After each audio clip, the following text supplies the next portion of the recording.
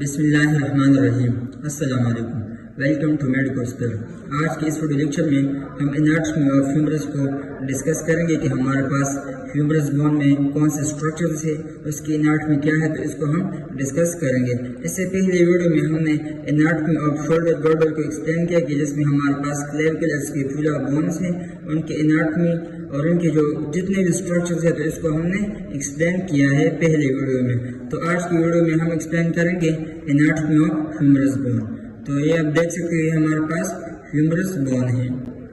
तो जो humerus bone है तो ये जॉइंट बनाता है स्कैपुला के साथ। जो हेड ऑफ ह्यूमरस है ये आप देख सकते हैं हमारा, तो जो ग्लेनोइड कैविटी है स्कैपुला का, जो स्कैपुला का ग्लेनोइड कैविटी है और जो हेड ऑफ ह्यूमरस है तो एक दूसरे के दरमियान जॉइंट बनाते हैं, जिसको हम बाल साइकिल जॉइंट या शोल्डर जॉइंट या इसको ग्लेनोह्यूमरल जॉइंट भी कहते हैं। तो head of humerus and glenoid cavity के दरमियान जो जॉइंट बनता है तो इसको हम शोल्डर जॉइंट कहते हैं। तो सबसे पहले हमारे पास जो ह्यूमरस के स्ट्रक्चर में हमारे पास हेड आता है। तो ये हमारे पास क्या है, ये हमारे पास हेड ऑफ ह्यूमरस है। हेड ऑफ ह्यूमरस के नीचे हमारे पास नेक मौजूद होता है, जिसको हम नेक ऑफ ह्यूमरस भी कहते हैं और जिसको हम एनाटॉमिकल नेक ऑफ ह्यूमरस कहते हैं। ये आप रेड कलर में देख सकते हैं हमारे पास क्या है, एनाटॉमिकल नेक है जो कि हेड के नीचे मौजूद होता है। इसके बाद हमारे पास जो है टू ट्यूबरकल्स बनते हैं, जिसको हम greater tubercle and lesser tubercle कहते हैं। तो ये हमारे पास क्या है, ये हमारे पास है ग्रेटर ट्यूबरकल और ये हमारे पास लेसर ट्यूबरकल। जब दो ट्यूबरकल के दरमियान एक लाइन होता है जिसको हम सर्कस कहते हैं, तो सर्कस का काम ये होता है कि ये दो स्ट्रक्चर को आपस में मिलाते हैं, एक दूसरे से सेपरेट करते हैं। तो हमारे पास ग्रेटर एंड लेसर ट्यूबरकल के दरमियान एक सर्कस होता है जिसको हम एंटर ट्यूबरकुलम सर्कस कहते हैं। तो ये जो लाइन है तो इसको हम कहते हैं एंटर ट्यूबरकुलम सर्कस। ये हमारे पास ग्रेटर ट्यूबरकल है, ये लेसर ट्यूबरकल है, उनके दरमियान जो सर्कस है तो इसको हम एंटर ट्यूबरकुलम सर्कस कहते हैं। इसके बाद हमारे पास जो ट्यूबरकल है तो इसके नीचे हमारे पास क्रस्ट मौजूद होते हैं, जिसको इस क्रस्ट को हम जो है क्रस्ट ऑफ ग्रेटर ट्यूबरकल कहते हैं और इसको हम क्रस्ट ऑफ लेसर ट्यूबरकल कहते हैं। क्रस्ट ऑफ ट्यूबरकल के नीचे हमारे पास एक और निक मौजूद होता है। एक हमारे पास होता है एनाटॉमिकल निक और दूसरा हमारे पास होता है सर्जिकल निक। तो इस निक को हम जो है सर्जिकल निक कहते हैं, क्योंकि इसमें ज्यादा से ज्यादा फ्रैक्चर्स हमारे पास जो ह्यूमरस बोन में आते हैं तो ये हमारे पास सर्जिकल निक में आते हैं। इस वजह से इसको हम सर्जिकल निक कहते हैं। सर्जरी के दौरान या हम डायग्नोसिस करते हैं तो हम जो सर्जरी फाइंड आउट या इसके ट्रीटमेंट करते हैं तो यहाँ पर जो रोड्स लगाए जाते हैं तो इस वजह से इसको सर्जिकल निक कहते हैं। इसके बाद हमारे पास इसके सर्फेसेस है, तो ये हमारे पास एंटीरियर सरफेस है ह्यूमरस बोन का। तो anterior surface of humerus bone में हमारे पास टू सरफेस आते हैं, एक हमारे पास एंटीरियर मीडियल सरफेस और दूसरा हमारे पास एंटीरियर लेटरल सरफेस आता है। तो ये सरफेस को आप देख सकते हैं, इसको हम एंटीरियर मीडियल सरफेस कहते हैं और इसको हम एंटीरियर लेटरल सरफेस कहते हैं। तो ये हमारे पास लेटरल मौजूद होता है और ये हमारे पास एंटीरियर सरफेस पर मौजूद है, तो इसको हम कहते हैं एंटीरियर लेटरल सरफेस और इसको हम कहते हैं एंटीरियर मीडियल सरफेस। तो मैंने आपको इससे पहले वीडियो में बताया कि मिडिल और लेटरल को हम इस लिहाज से कंसिडर करेंगे कि हमारे पास जो है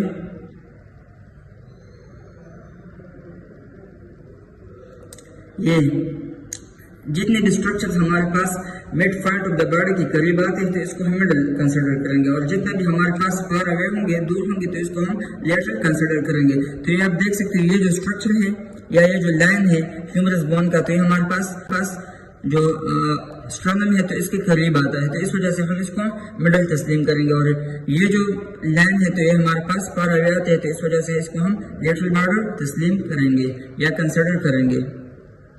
तो इसको हम एंटीरियर मीडियल सरफेस कहते हैं और इसको हम एंटीरियर लेटरल सरफेस कहते हैं। तीसरा हमारे पास जो सरफेस है तो वो हमारे पास पोस्टीरियर सरफेस है, जो कि पोस्टीरियर हमारे पास मौजूद होता है। इसके बाद हमारे पास जो है इसमें ग्रूव्स बनते हैं, जिसको हम रेडियल ग्रूव कहते हैं। तो ये आप रेड कलर में देख सकते हैं, हमारे पास क्या है, इसको हम रेडियल ग्रूव कहते हैं और रेडियल ग्रूव के दूसरे जान हमारे पास मीडियल बॉर्डर मौजूद होता है, जो कि हमारे पास mid point of the body के करीब मौजूद होता है। इसमें हमारे पास एक ट्यूबरकल बनता है जिसको हम डेल्टोइड ट्यूबरकल कहते हैं। तो ये हमारे पास ये जो स्ट्रक्चर है तो इसको हम कहते हैं डेल्टोइड ट्यूबरकल या डेल्टोइड ट्यूबरोसिटी। तो जो डेल्टोइड ट्यूबरोसिटी है तो ये हमारे पास स्कैपुला में भी मौजूद है और हमारे पास ह्यूमरस में भी मौजूद है, और ये जो है हमारे पास साइट ऑफ अटैचमेंट है डेल्टोइड मसल के लिए। इसके बाद हमारे पास जो है रेडियल ग्रुप के नीचे हमारे पास एक और स्ट्रक्चर है जिसको हम लेटरल मार्जिन कहते हैं। तो हमारे पास ये मीडियल बॉर्डर है और ये हमारे पास लेटरल मार्जिन है। अगर आप देखें तो बोन के डिस्टल एंड पर हमारे पास कॉन्डाइलर पार्ट मौजूद होता है जिसको हम condylar part of the bone कहते हैं। तो इसमें भी हमारे पास कॉन्डाइल्स मौजूद होते हैं। तो ये हमारे पास क्या है, ये हमारे पास कॉन्डाइल ऑफ ह्यूमरस है। तो ये हमारे पास कॉन्डाइल ऑफ ह्यूमरस है। कॉन्डाइल के एबो कॉन्डाइल के सुपीरियर हमारे पास एपिकॉन्डाइल मौजूद होता है। तो ये आप देख सकते हैं हमारे पास लेटरल एपिकॉन्डाइल है और ये हमारे पास मीडियल एपिकॉन्डाइल है। ये कॉन्डाइल ऑफ ह्यूमरस है, ये हमारे पास लेटरल एपिकॉन्डाइल है और ये हमारे पास मीडियल एपिकॉन्डाइल है। इसके बाद हमारे पास जो है जो एपिकॉन्डाइल है तो इसके सुपीरियरली या कॉन्डाइल के सुपीरियरली जिसको हम सुफ्रा एपिकॉन्डाइलर पार्ट कहते हैं तो ये भी हमारे पास मौजूद है ह्यूमरस बोन में। तो ये आप देख सकते हो ये हमारे पास क्या है, लेटरल सुफ्रा एपिकॉन्डाइलर रिजेस है। तो ये हमारे पास है लेटरली और ये हमारे पास है मीडियल सुप्रा कॉन्डाइलर रिजेस।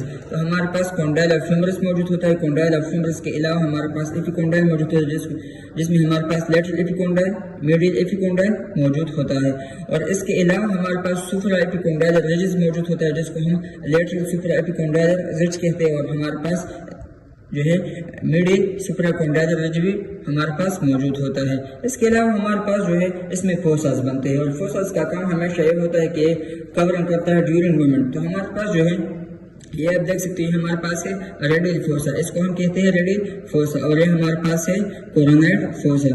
इसमें हम ये जो दो फोसा है तो ये हमारे पास एंटीरियरली बनते हैं, और पोस्टीरियरली हमारे पास एक फोसा बनता है जिसको हम कहते हैं ओलिकरनान फोसा। तो जो रेडियल फोसा है तो ये हमारे पास रेडियल बोन के लिए है, और जो कोरोनाइड फोसा है तो ये हमारे पास अल्ना बोन के लिए या अल्नर बोन के लिए हमारे पास है।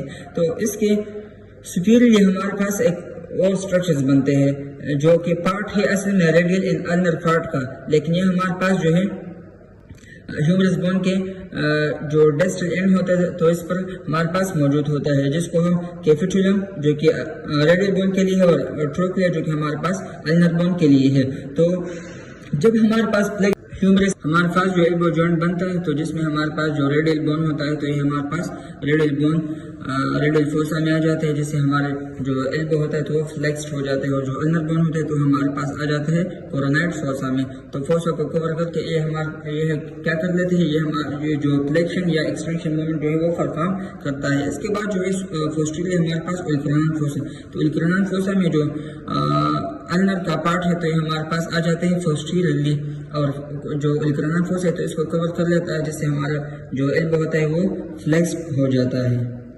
तो इंशाल्लाह अगले वीडियो में जब हम रेडियल और अगले लेक्चर में इंशाल्लाह जब हम रेडियल और अल्नर बोन को डिस्कस करेंगे तो इसमें जो पार्ट्स होते हैं जिस तरह जो है फोसा को कवर करते हैं और किस तरह से मूवमेंट परफॉर्म होते हैं तो इंशाल्लाह उसको डिस्कस करेंगे अगले वीडियोज़ में। तो आज की वीडियो जो है ये हमारे पास ह्यूमरस बोन पर थी।